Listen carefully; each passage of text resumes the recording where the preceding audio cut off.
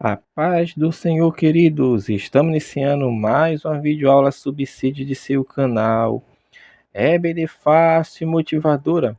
E na aula de hoje nós estaremos comentando a lição de número 13 das lições bíblicas adultos, que tem como título: As promessas de Deus são infalíveis. Nós estaremos encerrando o trimestre que comentamos o tema central, as promessas de Deus. Confie e viva as bênçãos do Senhor, porque fiel é o que prometeu. E hoje chegamos na última lição do trimestre e estaremos comentando a lição: As promessas de Deus são infalíveis. O texto áureo encontra-se em Números, capítulo 23, versículo 19. Deus não é homem para que minta, nem filho de homem para que se arrependa. Porventura, diria ele, e não o faria, ou falaria, e não o confirmaria? Verdade prática. As promessas de Deus são infalíveis, porque Deus e a sua palavra sempre se cumpre um propósito. A leitura bíblica em classe encontra-se em Salmos, capítulo 102, ou número 102, dos versículos 25 a 27, a segunda carta de Pedro, capítulo 3, dos versículos 8 ao versículo de número 13. Então vamos iniciar nossa última lição do trimestre. As promessas de Deus são infalíveis. Observe que ao longo deste trimestre nós focamos nas promessas. Promessas que Deus fez para Israel, para a igreja, para o crente. Promessa de provisão, de vida abundante, de cura divina. E ao longo deste trimestre nós também falamos que os homens, eles fazem muitas promessas, mas nem sempre as podem cumprir. E a razão é simples, né? Porque todos os homens, na sua condição natural, eles são falhos, são limitados nas suas fraquezas humanas. Não há homem perfeito que nunca fale, porque é assim que a palavra de Deus ela nos fala. Entretanto, nós nessa lição estaremos encerrando com chave de ouro, mostrando justamente que tudo isso que nós estudamos, aquelas promessas que se cumpriram, as promessas que estão sendo cumpridas e as promessas que apontam para um futuro, elas irão se cumprir. Porque o título da lição nos fala que as promessas de Deus elas são infalíveis. Então, tomando como base isso, adentremos no primeiro tópico da lição, que vai falar sobre Deus é infalível, a infalibilidade de Deus. Neste ponto, nós vemos que em toda a Sagrada Escritura não há uma só referência que indique que Deus falhou nas suas palavras, nos seus planos ou nas suas promessas. Ele é o único ser do universo, no universo, que é, ao mesmo tempo e de modo absoluto, ele é onisciente, onipresente, onipotente, ele é imutável. Imutável. Então, com esses atributos, Deus ele nunca falhou, Deus não falha e nunca falhará. Então, é dentro dessa temática justamente que nós vamos abordar essa imutabilidade de Deus, que ele não muda. Não há na palavra de Deus nada que mostre que Deus ele mude, que ele venha a falhar naquilo que ele falou para que venha se cumprir. Então, o Senhor Deus, ele é infalível. O que ele fala, ele cumpre. O subponto 2 vai falar sobre uma promessa infalível. Aqui vai falar justamente sobre o que nós lemos, né? Está na leitura bíblica em classe, no texto de 2 Pedro, capítulo 3, que o autor trouxe para cada um de nós meditarmos um pouco. E aqui o autor bíblico inspirado está mostrando justamente que o povo ele não poderia achar que Cristo estaria demorando. E é justamente nessa temática que Pedro escreve a sua segunda carta, neste capítulo 3, está mostrando que Deus, ele é diferente do nosso tempo. O tempo de Deus não é o meu tempo. Então existe uma constante na nossa vida que é justamente o tempo. E o tempo aqui que está se referindo em Pedro é justamente quanto à espera. Não é? Quem gosta de esperar? Ninguém gosta de esperar. As pessoas, principalmente no nossa sociedade, são imediatistas. Querem as coisas para ontem. Não é nem para hoje, é para ontem. Querem as coisas rápidas, que aconteça de forma rápida. Não querem gerar expectativa, porque as pessoas não querem esperar. E Pedro está escrevendo justamente para um público que estava sendo bombardeado justamente quanto à demora do Senhor Jesus. E essa promessa aqui que Pedro está mostrando, está renovando na vida daquelas pessoas, é justamente que Deus, ele está usando de bondade, está usando de longanimidade. Por quê? Porque ele poderia vir, poderia, mas a palavra de Deus fala, o Espírito Santo usado por Pedro fala que justamente ele não veio porque não quer que nenhum se perca, que vocês se percam. Alguns a tempo tardia, mas antes ele é longânimo e bondoso, não querendo que nenhum de vós se perca. Então Deus, ele dá tempo, porque ele está fora do tempo, mas ele dá tempo dentro do nosso tempo para que as pessoas venham a escolher a Deus, a escolher o lado certo da história. Então aqui nós vemos a paciência de Deus, a benevolência de Deus, a longanimidade de Deus. Entretanto, vai chegar o dia que ele virá. E quando ele vier, meu irmão, vai surpreender a muitos, porque as coisas serão transformadas. Ele vai julgar com reta justiça como sempre julgou. E a promessa se cumprirá. Porque aqui nós estamos falando de uma promessa que foi feita e ainda não se cumpriu. Mas, como crentes fiéis que acreditamos piamente na palavra de Deus escrita, ele virá e não tardará. Então, isso tem que ficar em foco para que venhamos a compreender. Então, esse segundo ponto fala justamente sobre isso, uma promessa infalível. O terceiro subponto vai falar sobre a palavra infalível de Deus. Observe que tudo que Deus falou a respeito de Israel se cumpriu. Bastaríamos ler a palavra, como acredito que os irmãos têm esse costume, e os que não tiverem, que venham a ter esse hábito de leitura da palavra de Deus, que nós vamos perceber que tudo que Deus falou para Israel se cumpriu, está se cumprindo e cumprirá muitas coisas, mas muitas coisas já se cumpriu, porque o que ele fala se cumpre. Então, a palavra que Deus deixou para cada um de nós, que é a Sagrada Escritura, ela fica permanentemente registrada e está à disposição do homem, justamente nesse seu relacionamento com Deus, para que ele venha compreender e para que ele venha entender que tudo que Deus falou se cumpriu, está se cumprindo e se cumprirá. A Bíblia ela não fala, porque ela é a palavra de Deus. Então a palavra de Deus ela é infalível. Ela irá se cumprir. Queira o homem, quer não queira. Quer acredite, quer não acredite. Quer creia em Deus, quer não creia em Deus. O que nós temos a plena certeza é que vai se cumprir, porque a palavra de Deus ela é infalível. A palavra é infalível de Deus. O segundo tópico da lição, o autor vai falar sobre Deus não mente nem se arrepende. Neste ponto aqui, o autor vai trazer justamente uma aparente contradição dentro das Sagradas Escrituras. Porque o primeiro tópico vai falar justamente Deus não mente nem se arrepende, tomando como base justamente o texto que está em Números capítulo 23, versículo 19, que é justamente o texto da nosso texto áureo que fala: Deus não é homem para que minta, nem filho de homem para se arrepender. Porventura, diria ele, não o faria, ou falaria e não o confirmaria.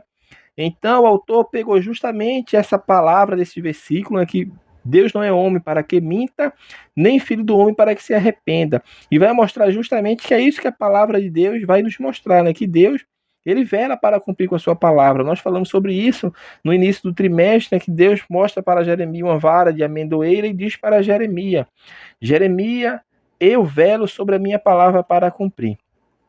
Então esse ponto aqui vai mostrar que o versículo é claro, Deus não mente, nem se arrepende. Aí ele parte justamente para o segundo subponto, que vai falar sobre Deus arrependeu-se, e aqui ele vai tomar como base o texto de Noé, quando Deus manda o dilúvio sobre a terra, né, um terrível juízo de Deus sobre a terra.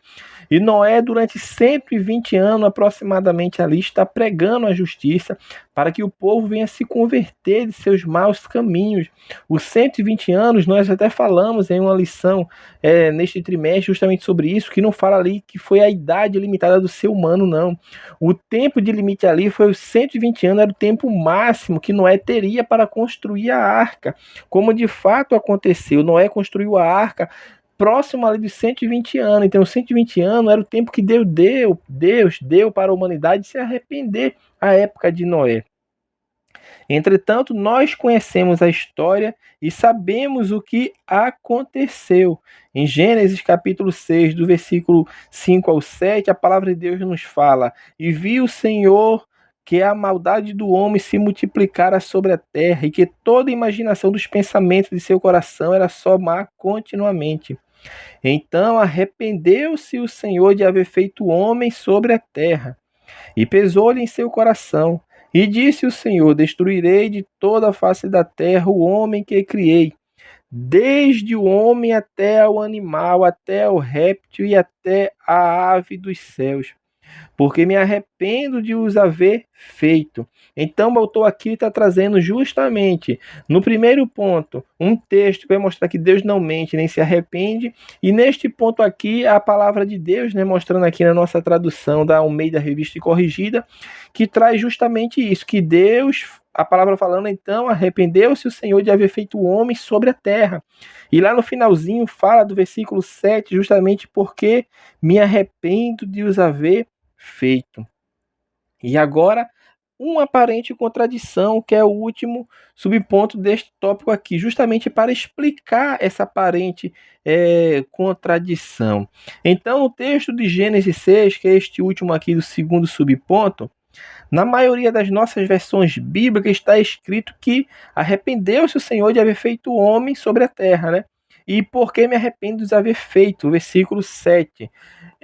Mas no texto de Números diz, como nós lemos, né, que Deus não é homem para que minta, nem filho de homem para que se arrependa.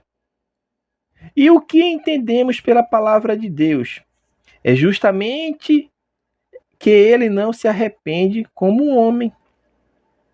O homem, meu irmão, aqui está a explicação. Nós já estamos explicando e resolvendo esse problema aqui dessa aparente contradição. O que entendemos pela palavra de Deus é que ele não se arrepende como o homem. O homem, ele arrepende-se de coisas erradas, de pecados, enganos, de equívocos. O arrependimento, entre aspas, né, de Deus, quer dizer que ele muda de plano, que ele muda de resposta em função das ações ou reações do homem. Deus não faz nada errado para ele se arrepender como o homem. E a palavra arrependimento no hebraico do Antigo Testamento, ela tem um sentido de entristecer-se. E também quer dizer voltar-se, mudar.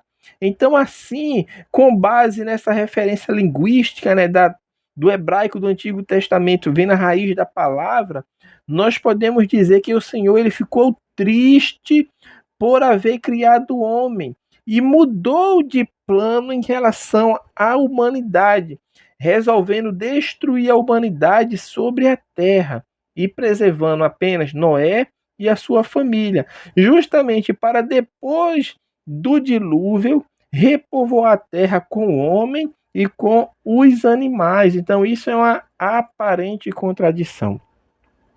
O terceiro tópico da lição, o autor vai falar sobre as infalíveis promessas de Deus, um plano glorioso. Neste plano glorioso aqui está justamente detalhado o plano de salvação que é executado por Cristo, porém elaborado por Deus antes mesmo da fundação do mundo, porque Deus preparou todas as coisas antes mesmo da fundação do mundo, porque ele não foi pego de surpresa, mas ele, como tem a onisciência, a presciência de antever o que irá acontecer, ele já preparou um plano glorioso para o ser humano. E que plano é esse? É justamente a promessa de salvação eterna. Deus, ele fez uma promessa, por isso aqui é as infalíveis promessas de Deus, porque está mostrando justamente que esse plano glorioso de Deus é o que ele tem preparado para cada um de nós, é a salvação da nossa alma, a todo aquele que responder afirmativamente ao chamado de Deus para a vida eterna, que é onde vai entrar justamente o segundo subponto, que vai falar sobre a eternidade. Neste ponto que o autor aqui vai falar da eternidade, nós vamos ver que nós fomos criados por Deus para vivermos eternamente. Por que nós falamos isso? Porque a gente entende pela palavra de Deus que a morte ela passou a ser uma constante na vida do homem a partir que ele peca.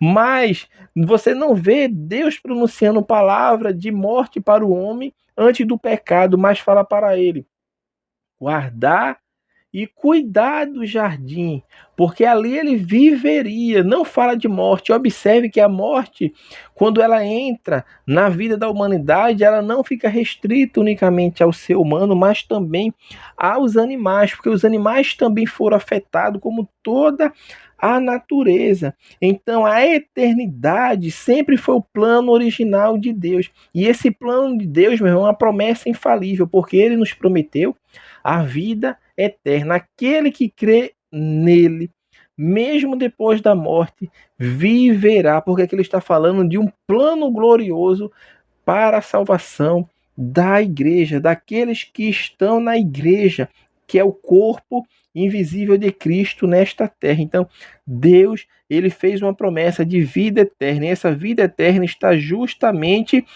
em Jesus. Em Cristo nós temos a eternidade. E a eternidade é uma constante no ser humano. E a eternidade ela não é apenas para o crente. O que diferencia a eternidade do crente para o ímpio que vai morrer e vai ser condenado à perdição eterna é justamente a condição que vai viver nessa eternidade. O crente em corpo transformado e glorioso, porque a Bíblia fala que assim como ele é, nós seremos, porque assim como ele é que nós o veremos, ou seja, há uma transformação do nosso corpo. O corpo vai ser transformado, e Paulo fala sobre isso, né? Aquilo que é corruptível vai se revestir de incorruptibilidade, aquilo que é mortal vai se revestir de imortalidade. Então o homem vai ter um corpo transformado, os crentes, salvos em Cristo. Entretanto, aqueles que morreram sem Cristo viverão eternamente, sim, entretanto, na perdição eterna, no lago de fogo e enxofre, ou seja, no inferno final que nós falamos no trimestre passado, que é o Gehenna. Então, ali sofrerá eternamente. Então, existe a eternidade, tanto para aqueles que creem em Cristo, quanto para aqueles que não creem em Cristo. A eternidade, meu irmão, é realidade na vida do ser humano. Deus tem um plano para a nossa salvação. Ele fez um plano glorioso, ele tem a eternidade destinada a cada um de nós. E essa eternidade, eu escolho em que lado eu vou estar, se com Deus ou sem Deus, mas a escolha ela é feita em vida. Então Deus está chamando a cada um de nós para tomarmos posição e estarmos diante dele para compreendermos bem as promessas que ele fez em nossa vida. E encerrando a lição e o trimestre, o autor vai falar sobre esperança forjada na promessa infalível de Deus. Aqui vai mostrar justamente que o ser humano, né, como o autor fala, busca uma maior expectativa de vida. E nós vemos isso e falamos na lição que falamos sobre promessa de cura divina. O que se mais tem hoje é academias, praticamente cada esquina tem academias. As pessoas querem aumentar a sua expectativa de vida. Tratamentos clínicas de rejuvenescimento, hospitais especializados nas vários tipos de tratamento de doenças. Por quê? Porque as pessoas querem viver mais. Então, o ser humano, ele tem essa expectativa de querer viver mais, de ter mais vida, e busca esses suportes nos métodos, nos recursos, né, científicos, tecnológicos, que a humanidade aí está tendo acesso. Mas observe que o envelhecimento e a morte, ela sempre continua na vida da humanidade. Passa ano, entra ano, e o ser humano está morrendo, envelhecendo, padecendo de doenças, porque isso é a realidade que o pecado trouxe para a humanidade. Mas dentro desta realidade que envelhece, morre, não acaba só nisso. Nessa esfera sim, mas na esfera espiritual não. Por quê? Porque a esperança que é forjada na promessa de Deus sabe que enfraquecemos neste mundo, mas temos a alegria da salvação. E essa alegria da salvação é desfrutada somente por aqueles que têm Cristo Jesus em seu coração. Então, meu irmão, diante disso, que nós venhamos a ter, como o tópico fala, o subtópico, esperança forjada na infalível promessa de Deus. Deus fez uma promessa infalível para cada um de nós. Essa promessa, meu irmão, ela ainda está de pé. E fiel é aquele que prometeu. Então, assim, nós estamos encerrando a nossa lição de número 13, as promessas de Deus, elas são infalíveis. Que Deus abençoe os irmãos e até a nossa próxima lição, que já será comentando justamente a lição do próximo trimestre. Que os irmãos tenham um feliz ano novo, se o Senhor Jesus não voltar até lá.